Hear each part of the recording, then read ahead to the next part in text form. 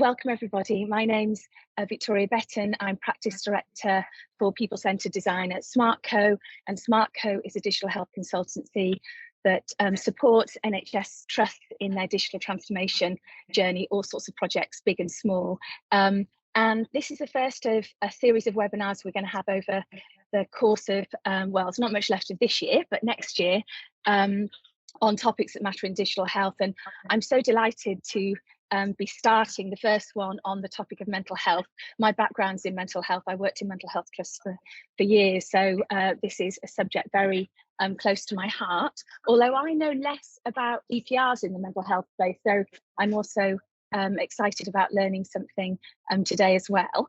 And we have a fantastic panel here today, and I'm guessing that most people on the call will know Aisha, Lee, Barbara and Laura, and I'm so happy for you all to be joining me for the next 45 minutes. And I'm going to invite each panel member to introduce themselves and then say a little bit about, to kick us off, I guess, in the conversation, why is the EPR electronic patient landscape different? What makes it different in mental health? Because we hear a lot about acutes, don't we? But less so about community and mental health. So, so Lee, I'm going to start with you because you're the top left of my screen. So Lee, would you like to introduce yourself and just give us your take on why it's different from other parts of the NHS, the mental health EPR space? Yeah, thanks, Victoria. So I'm Lee Rickles. I'm the Chief Information Officer at Humber Teaching NHS Foundation Trust.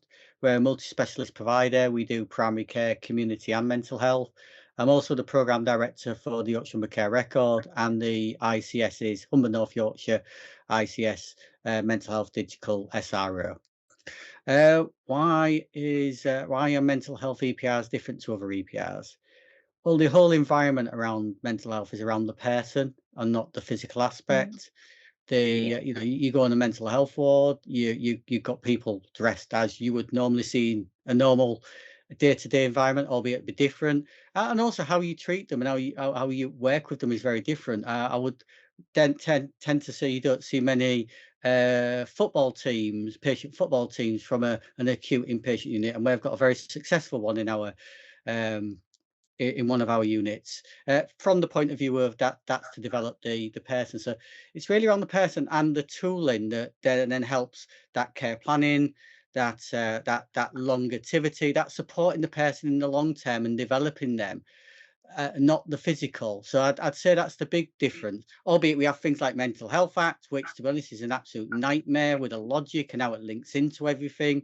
That includes medication as much as you know, how you could have to admit or not admit. Also, I would say the biggest piece is around care planning, multidisciplinary working and sharing of information. So a lot in there. Hopefully I haven't stolen anybody else's thunder, but I am the first one. So again, and you know, Victoria, you're going to kick me if I go on too long. So yeah. That's Noted. Thank you, Lee. Gosh, there was a lot there, and that all makes perfect sense. Barbara, please do introduce yourself and yes, give us your take on why it's different. And Lee mentioned the Mental Health Act, so as a consultant psychiatrist, it might be good to get your take on that bit to this as well. Fantastic. So thank you so much for inviting me. So yes, I am a consultant psychiatrist. I work in South London and Maudsley, and I'm also the interim Chief Clinical Information Officer here. And I've been as long in the organization as our EPR, that's 20 years.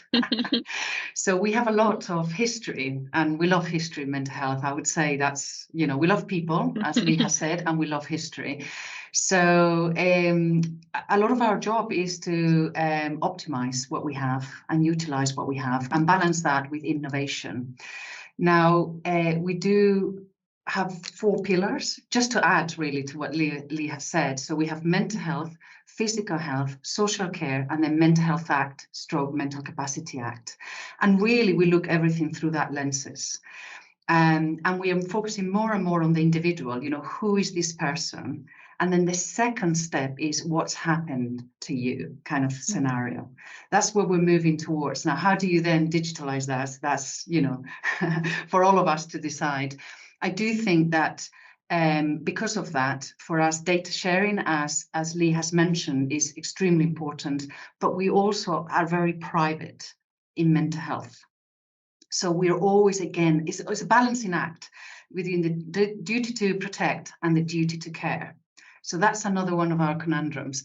And just the idea that we don't just provide inpatient or just crisis or just community. It usually is all and everything at all times. I'll leave it at that, but I can come back to the Mental Health Act anytime. So a lot of complexity, and also taking into account social care as well, because you have multidisciplinary teams working across both health and social care. Aisha, do you tell us who you are? Not that anyone will not know, and also, yeah, your take on what makes mental health different.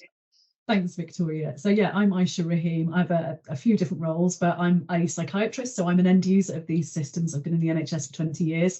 I'm also in a CMIO role, Chief Medical Information Officer role, and this is the second CCIO type role I've been in across 2 different organisations, with experience of 2 different mental health EPRs, either rolling out or optimising them. So a lot of on-the-ground experience of the realities and the challenges associated with implementing, adopting and optimising mental health EPRs.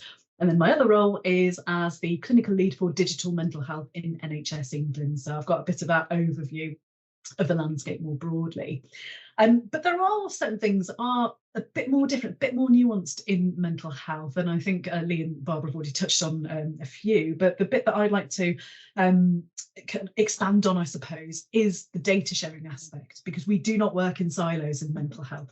We interact with not just NHS, other NHS bodies like in acute, GP and community services, but also outside of the NHS. So social care as well, and the police and education. And of course, what that means is our need to be able to share information effectively and efficiently is very high.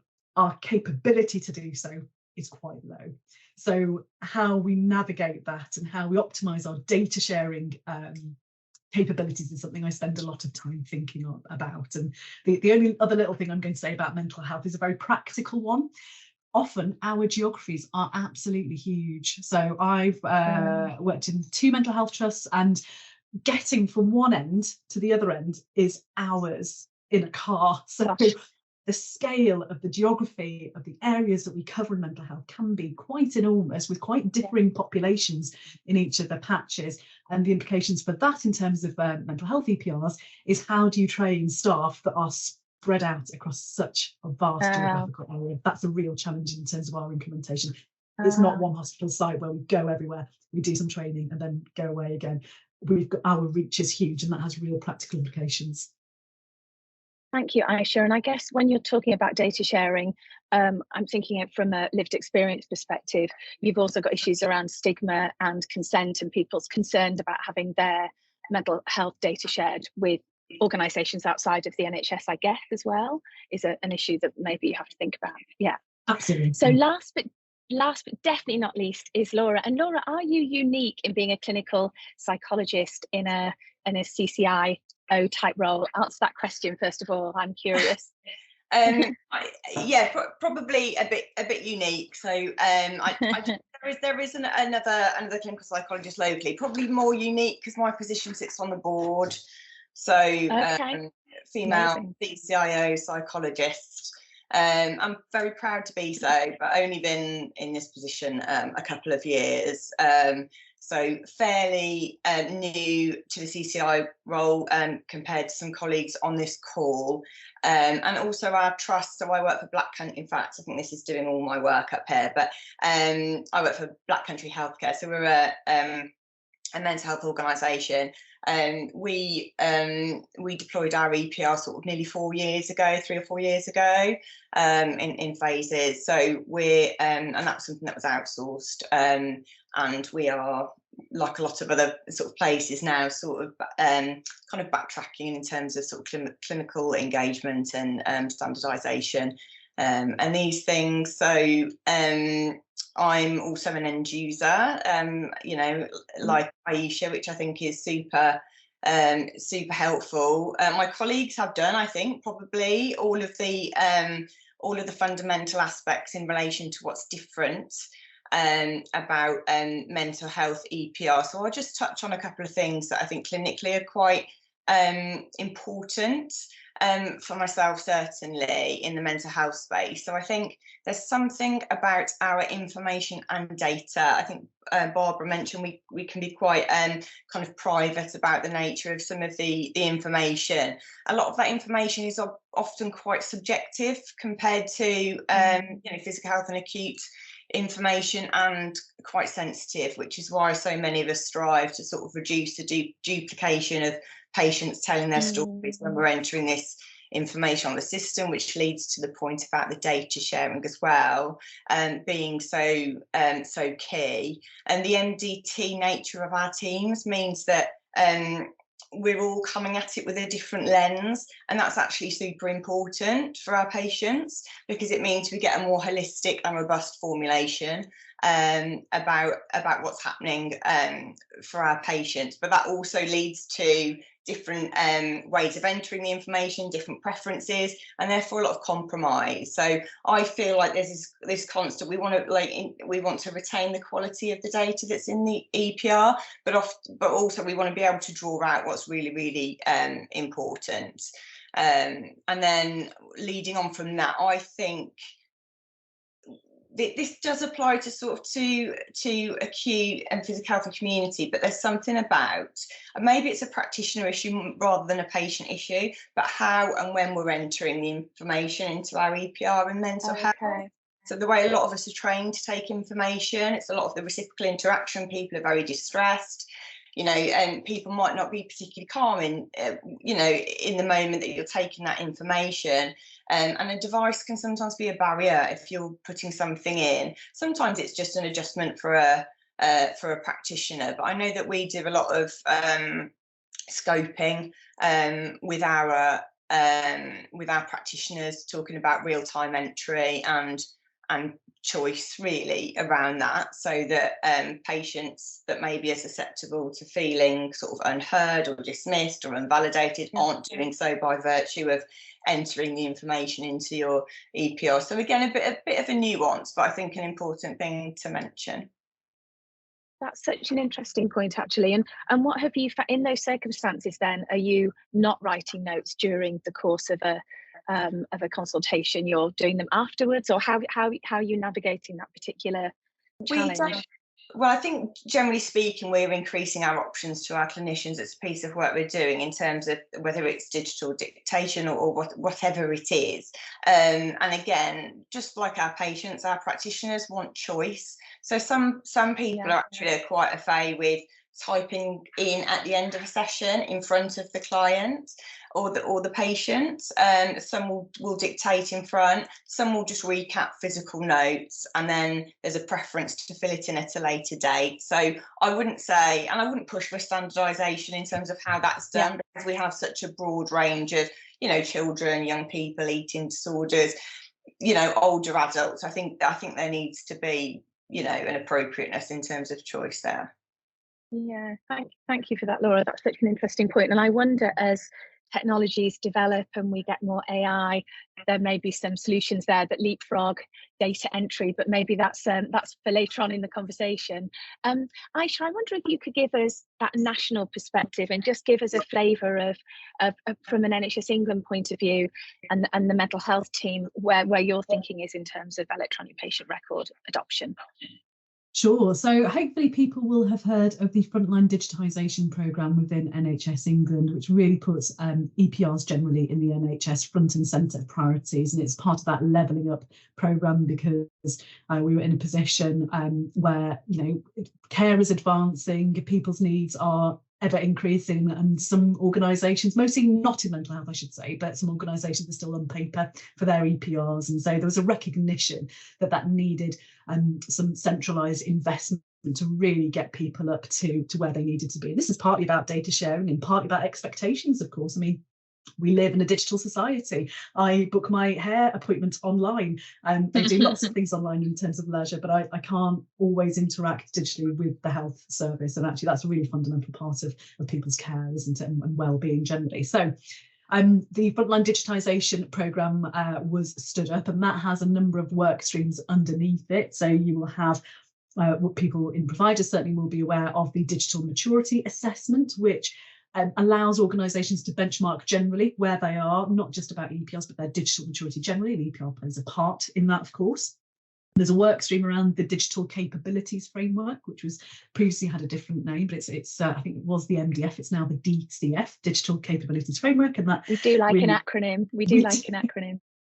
We do, and that really focuses on the capabilities of EPRs and what really they should do, what they should provide for us. We have a work stream within FD that is around provider support. So it's recognised that provider organisations are all on a journey in terms of getting up to where we need to be in terms of, our EPRs. And there were a small number of people or providers that didn't have any EPRs. There were some that are doing really great things with their EPRs, and a lot of people in the middle. So actually skilling up people in the provider organisations, because quite frankly, that's where the hard work happens. That's recognised as an important area to invest in as well. So there's lots of work going on in that space. And then there's also a supplier work stream as well, because I think sometimes the way in which we as the NHS engage with our supplier colleagues could be improved. I think there are things that we could do to make that working relationship work better for both parties, actually. And so investing some resource and thought into that, I think, is equally important. So those are some of the work streams that sit under frontline digitisation. Of course, that has come with money for organisations. Where mental health comes into this, I think what I've noticed in my role is a really positive shift in terms of how the frontline digitisation team has engaged with us. And we are used in mental health to being the sort of the poor relation in any national initiative by and large, and so we've had to work really hard and develop those relationships. So mental health is not an afterthought, and actually I've seen a significant change, and members of those work streams will reach out to the digital mental health team in NHS England, my team, specifically to ask, well, how can we get this right for mental health? So I see that as a really good direction of travel, because it recognises that all of those things we talked about at the head of the call are being acknowledged, that there are nuances to how we need to do things in mental health. Actually, all of the mental health trusts, pretty much all bar one, when they did the initial survey, all those trusts had an EPR, and the one that didn't was in the process of procuring one. So we have that level of maturity. However, when you dive into the detail of what those EPRs can do, it's a slightly different story. So we do have a long way to go, because just having an EPR is not the end of the story. Well, indeed, that's sort of the start, really, isn't it? Thank you so much, Aisha. I just wonder, Lee, if you could, so you have that regional role with the shared care record, and I guess there's this sort of, you operate with the idiosyncrasies and nuances of being a mental health provider, but you're working in a wider system of acutes and community and so on. Just give us a flavour of what that means as a mental health provider, and having your mental health EPR and how that works at the regional level. Oh, you're on mute, Lee. So yeah, well noted. There you go. There that must have been out the 17th time today. Yeah, never had that when we used to do face to face, did we? We wasn't sat there around the table going, "You're on mute, Mr. Rickles." Yeah, as if only that was the case. So yeah, how do we take a region? So we've got a region. I cover the Yorkshire and the Humber region, so that's 3 ICSs. Although I take the digital lead in Humber and North Yorkshire, and we're just currently moving EPRs actually from one called Lorenzo to one called System 1. And just on the EPR stuff, there isn't a great deal of vendors around the EPRs as well for mental health. Let's be honest, we've probably got Advanced, Civica, TPP, yeah, Lorenzo, but how long they stay in the market, question mark, and maybe one or two Rio. We are talking a very small group of suppliers to meet that market, although we do get more than ambulance services, so there must be a positive somewhere in there. So I think the challenge we've probably got around regions, frontline digitisation and connected care, the fancy new branded terms for shared care records that NHS England has come up with, is we're trying to use a wrapper to fix a problem where everybody's starting from a different point and a different capability. So For instance, as a mental health trust, we was one of the first people to share information, especially around crisis plans to emergency care, the care plans, how we share that with the other organisations we've got. So third sector, we work really closely with MAND and so that's us. And then you've got other people that are still predominantly on paper, and to be honest, even if they did share anything, it'd just basically be absolute minimum level of details. Maybe we'll have an EPR, but very much a different time for getting the data in. So from a regional point of view, it really comes down to that, what works around the person and the priorities of that particular ICS. And again, they vary as well. At this point, the fixation is very much on elective recovery, fully get that. It's very much on balancing the budget, definitely now, get that completely. What I don't get, and I do struggle with across all the partners, is the missing the point of the person and the population. And also how we work closely with partners, because although we're talking EPRs here, it's equally as important that our social care systems are part of this conversation as well. And so in a lot of cases, that they are in a very different place, and let's not even go there with the CICs and other voluntary third sector, because for instance, an example, not regional, I know I'm slightly going off piece a little bit, but we provide access to Mind for the share, so they can do the Mental Health Act and use the system, because, you know, let's be honest, it's not affordable for them to do that. We are very expensive. So when we're looking at complete system-wide, as soon as we're outside of that nice fancy NHS environment, one, we sort of lose a context of the others. And definitely when we're in third sector, voluntary and charity, we don't really consider the implications of the cost overhead we give to them, because you've got to have a special connection, and you've got to have a special card, and you've got to do this, and you've got to do that. Not that all that isn't important, but to some degree, we do make it quite hard, which sort of defeats some of the objects. So when we come to shared care record and EPRs, I'd probably say in the last 2 years, since we've gone to the Frontline Digitisation Programme, which I do fully support, it's become a bit of a bit messy. I think at one point it was quite clear there was a shared care record, we're joining to EPRs, leveling up EPRs made absolute sense, everybody was committed to that. And then we had this funny thing called convergence that was never actually a policy, and the only policy document that had it in was draft and was not policy. But then everybody got massively fixated on convergence. Now, you can understand convergence on an acute if they're in a similar place and you get a lot of patient movement and. But I think it's already been stated, in mental health, they're normally a lot larger. That convergence may not be as valid, and it depends on your starting point for that convergence journey and then requirements. So I would probably say from a regional point of view, it's probably got muddier or more difficult around the EPR shared care records, social care in the last year. And now we're starting to come out the other end where there's another focus around shared care record to join data from the different systems together and data maturity. Very technical view of the world. Somebody does need to walk the floor on this one, to be honest. Compared to probably where it was a year ago, where there's a very big focus on the acutes and practically nowhere else. And you know, I'm not saying the acutes don't require that funding, but I think there's a bit around an ICS determining its own direction on where investment goes, and in some cases that wouldn't be the acute. So from a regional point of view, I think it's got quite disconnected, and we're just getting over that disconnected piece.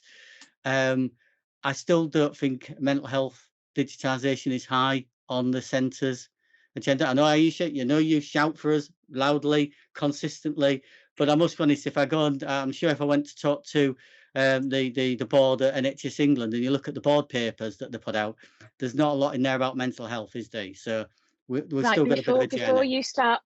Before you start falling out over national versus regional, I'm going to move us on. Thank you so much for that, Lee. I think between you, Aisha and Lee, have set out the sort of landscape really nicely. I'm really keen now to move into something I really care about, which is the engagement piece. And I wonder, Laura, whether you could talk us through your experience around how you get really good clinical engagement and also social care engagement. And Lee has touched on third sector engagement as well. So it's so important, isn't it? We can have all of the best systems in the world, but if people aren't using them, they haven't been onboarded properly, trained, they're not socialized, the culture's right, the leadership's in place, then you're not going to really optimize and get the benefits. So could you maybe talk to us a bit about that? And then Barbara, I'm going to ask you to build on that into the personal health record space, because I know at SLAM you've done loads of really good stuff around patient-facing technology as well. So Laura, over to you. Yeah, so I think you've hit the nail on the head talking about the culture. So clinical engagement is all about culture in organisations, in teams, in your digital transformation. A fundamental role of the CCIO, as I see it, is to embed and maximise clinical engagement. I think you have to think very carefully about how that is done. I think when I came into post, we had some dissatisfaction with our EPR, and lack confidence. And then what you find is a lot of things then get pushed onto the system. So, when actually it's not always the system's faults or issue. So we have, a key priority of mine has been the clinical engagement. Probably I've approached it very differently, and some of that was naivety and some of that would have been the unique position of our organisation, but it feels like it's working pretty well. I had carte blanche in terms of developing a digital clinical infrastructure. So and I had a very supportive board, which I think is super important. We've demonstrated clinical benefits from our projects. We've got clinical leadership embedded end to end. In fact, as I speak, we've got a digital transformation all-day event where our digital clinical officers, our digital champions, and all of the the digital teams come together. So this sort of my counterpart Nick, who's our CIO, and I work really, really closely, and we've done a lot of work, but like bridging the teams together. It's really important. So we've got so for our EPR, for example, we've got a systems manager, an EPR manager. Well, I've also got a clinical systems manager who's a full-time clinician that does the clinical advocacy and thinks about the clinical process for change and implementation and these sorts of things. I think some of the pitfalls, which I think sometimes don't like to sort of be negative, but some of the pitfalls that I have seen or heard others talk about, which I've benefited from, is having a bit like patient engagement, having someone in the room, you've got a clinician in the room, and therefore you've had clinical engagement. Well, the truth is, with our mental health services and some of the nuances involved in the EPR, they won't know those services involved. So that's not good enough to just have a clinician in the room. There needs to be a real cascade and communication pathway to ensure that you actually have had clinical engagement, and you have to be really tenacious about that. My team are described as many things. So my digital clinical team, so they are lively, they're tenacious, they're brave, they're challenging, but we all want the same thing. We all want to deliver the digital transformation, and by and large we get there. They are a lot of fun, actually. So I think the pitfall, just having that token engagement, is worse than having no engagement at all. And the other thing is having profession-centric engagement.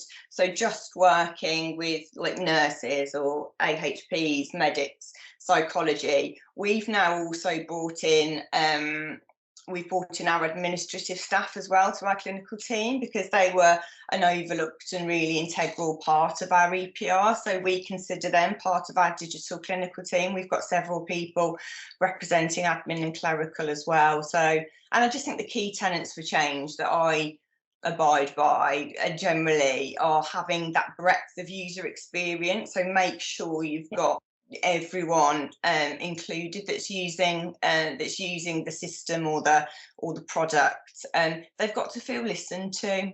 I'm all for getting the angry people in the room and hearing what they want. They're usually the most passionate people. They're usually the ones that will tell it you straight and give you the solutions. And then you sort of go forth with that. So they need to feel listened to. They need to have a team to work with. I don't want my clinicians learning how to sort of code or learning things that they don't need to know. I want their time is precious. So I have a lot of people seconded on a day and a half with me alongside very, very busy clinical roles. Their time is really precious. So we make sure that they've got the project support, we make sure they've got the technology support, they've got the leadership, they've got everything they need around them, so they can just be there to advocate for other clinicians and for patients as well. They need the time to commit. So my direct team do have their seconded, but we also have like a lot of people, digital champions, but they get a lot of training and support. We've revisited the model. I think it's very easy to say you've got an EPR champion in your team, or and again, it's just they're just on a list, they're just on a distribution list, they're not getting the proper support. So that's why we do events like we've got today to make sure that they're properly engaged, and they need to be empowered to get on with it. So if they make a suggestion or they give you feedback, they need to know that it's been acted upon or at least considered.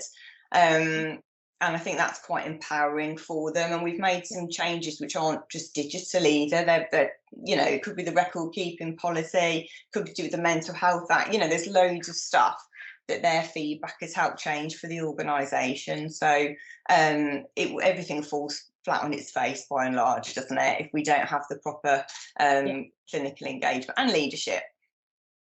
And then the governance and the accountability, as you describe.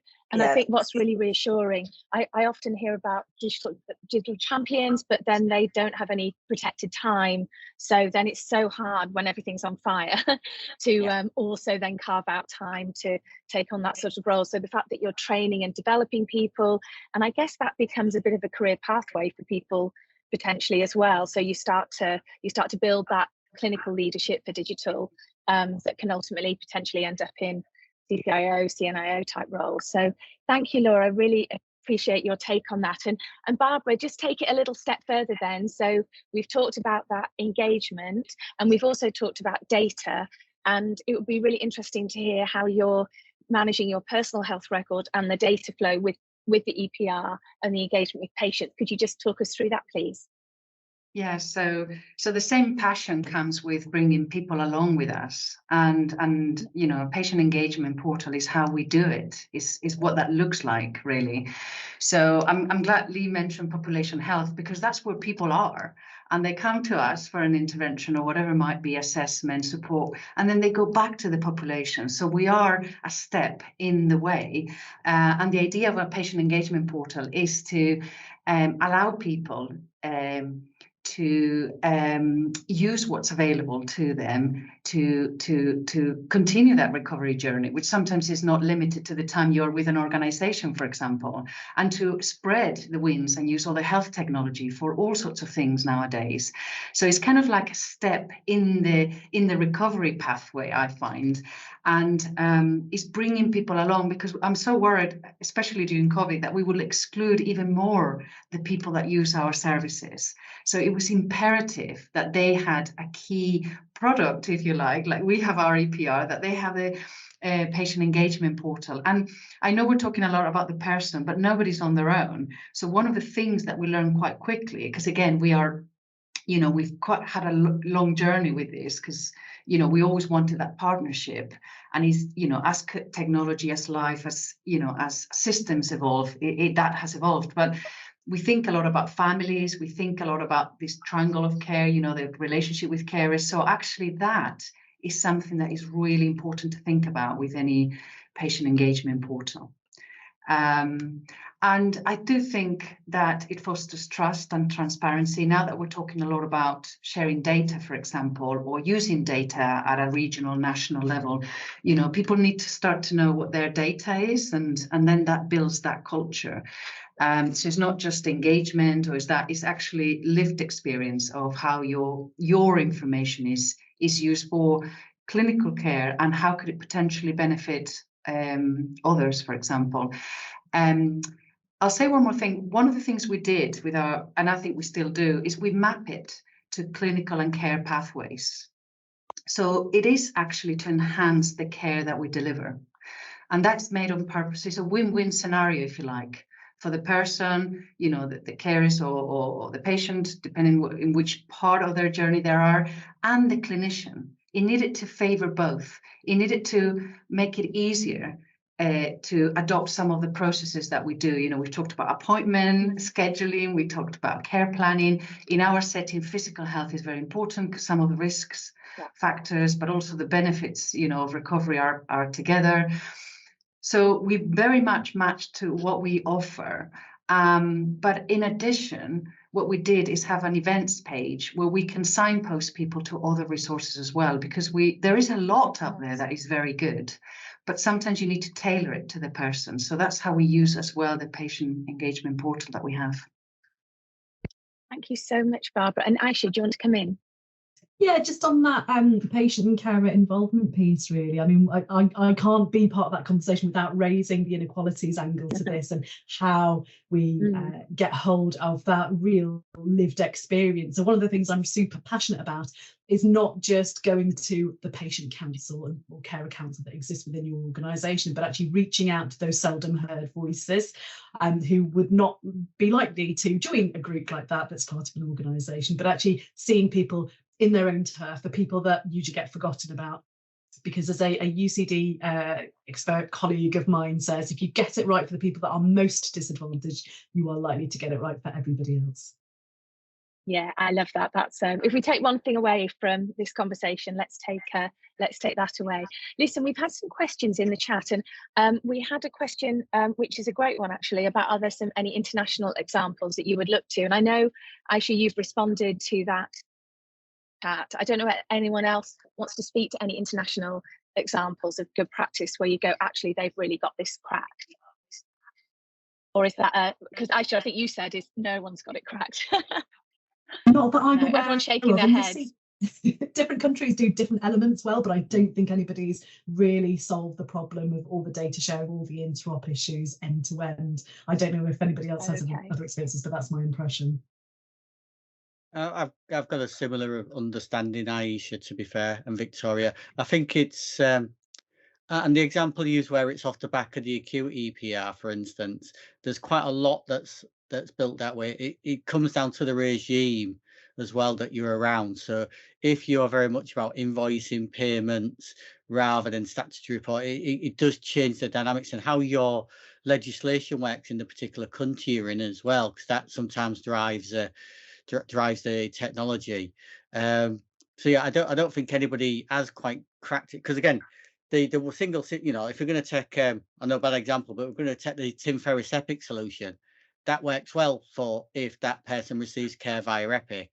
But if they're in the States and they receive care from a different provider, Epic has only just started sharing via Fire, etc. So it's based on the perception of the person, whether you're a professional, patient, carer, etc. So I don't think there's a lot of good examples. If there is, I'd love to know it. So if you do know it, please put it in the chat. So if anyone does, put it in the chat, please, and we'll take it away. Just building on your point about inequality, Aisha, we've had a question from Ruth about work to tackle digital health inequality. Now, I know the Good Things Foundation, who are based in Sheffield, do loads of great work around tackling digital health inequality, and they have done mental health work as well. Are there any other examples of good practice that people would like to particularly point towards, or anything that you found works well? It's a question of poverty, isn't it? It's a question of digital literacy, health literacy, and it's an issue of poverty potentially. And I guess we inadvertently increase the inverse care law if we're not careful. Yeah, and I think this can come down to the ethos with which you approach your transformation to begin with. Nice, because nice. Yeah. Actually, if you set out realizing that you have the potential to widen those inequalities, then actually you can take proactive steps to try and reduce those and mitigate those things. Because actually, I think a lot of these digital channels should expand choice, not restrict choice. I know certainly the introduction of video consultations, and we had to do it through COVID, of course. But what it had also helped to do is to reach some of those people that were previously unreachable because they couldn't use public transport, because they had too much anxiety. So it's, I think, being thoughtful about your approach and thoughtful about the kinds of groups in particular that might be Yeah. disadvantaged allows you to set out your plan as to how to mitigate those You bake things. it in. You bake it into Yeah. your approach. That's yeah, perfect. And As a question system, for you, Lee. Victoria. So Victoria, Go on. as a system, so let's be honest, local government, a number of the businesses, Barclays, Digital Eagles, etc. So are also very good at this for particular problems or particular requirements. It's not there's not one answer fits all, but working as a whole system is the only really way we can deal with this. If we keep doing it as separate trusts, we will always focus on the bit that the person probably isn't that interested in or has less value to them. But when we can do it as the whole, all of a sudden they realise they can find a load of stuff about, I don't know, knitting or watching or whatever floats the boat, as well as other stuff. And then they get that accessibility. Again, sometimes it needs to be them baby steps, but I do think it needs to be an overall. And there's some really good in West Yorkshire. I know you mentioned Sheffield, but West Yorkshire have a whole process. 100%, yeah, they do. They've got some and if you check at 100% digital, then that's a really good Leeds-based digital inclusion program. Listen, we're running out of time. How did that go so quickly? Lee, I'm going to pause you because I've got another question to ask you, because Paul has asked about architecture and whether we should see EPR as one system or multiple different systems brought together. Just and you're going to have to be brief. 30 seconds. So it's quite simple. What do you see as the future? So Victoria, I think if we're going to go into a modern architecture, we have data, we have integration, and we have user interface. And that's basically where the NHSE was going with their Project C before we decided to buy big EPRs that cost lots and lots of money, and use it from an open perspective. So open standards and open technologies. The reality is we're miles away from that. Unless we choose to leapfrog our current tech, then we are a long way off. But that's how the rest of the world has moved forward. Our challenge be, how do we manage that vendor market, work with the vendors to get to that outcome? Because that gives us flexibility and it gives us opportunities for development we don't get with our systems. I mean, let's be honest, in most cases, our systems only get updated a couple of times a year. That's not a lot, if you know what I mean, to meet the changing needs around service requirements. We're so almost out of time. I'm just going to invite each of the panel in literally a sentence. If there's, what's your one priority for improving your digital maturity and your trust? So in a sentence or in a couple of words. Laura, sorry to put you on the spot, but one thing that you want to just get you a little bit further that you've got as a priority. Patient and clinical engagement. Beautiful. Aisha. I was going to say the same thing. So really use your whole heart and do that user-centered design in a really meaningful way. Yes. Avoid that tokenism would be my key. And if anyone wants to talk user-centered design, then I'm up for that conversation. And I know everyone's doing good stuff here, and Surrey and Borders are doing amazing stuff around UI as well. Barbara, what would you do? So just to add, be doing? Yeah, to add, is really to think how clinical information systems, because we've covered more than the EPR, work for people, not the other way around. Lovely. And Lee, last but not least. It's all about the experience, improve the experience, make the systems actually worth using. They're actually a pleasure to use, whether you're a patient, a practitioner, admin. So experience from my trust point of view is the absolute top. Without that, it's just a painful process. So let's make it more enjoyable. That couldn't be a better place to end. I'm sorry I didn't get to every single question, but hopefully I got to most of them. Massive thank you, Lee, Barbara, Laura and Aisha, for joining us. We've recorded it, so we'll put it online somewhere so that people can see it afterwards. And I'm guessing we can send it to people that attended as well who signed up. But thank you so much for your time. I hope it's been a good use of your lunchtime, and enjoy the rest of your day. Take care, everybody. Bye.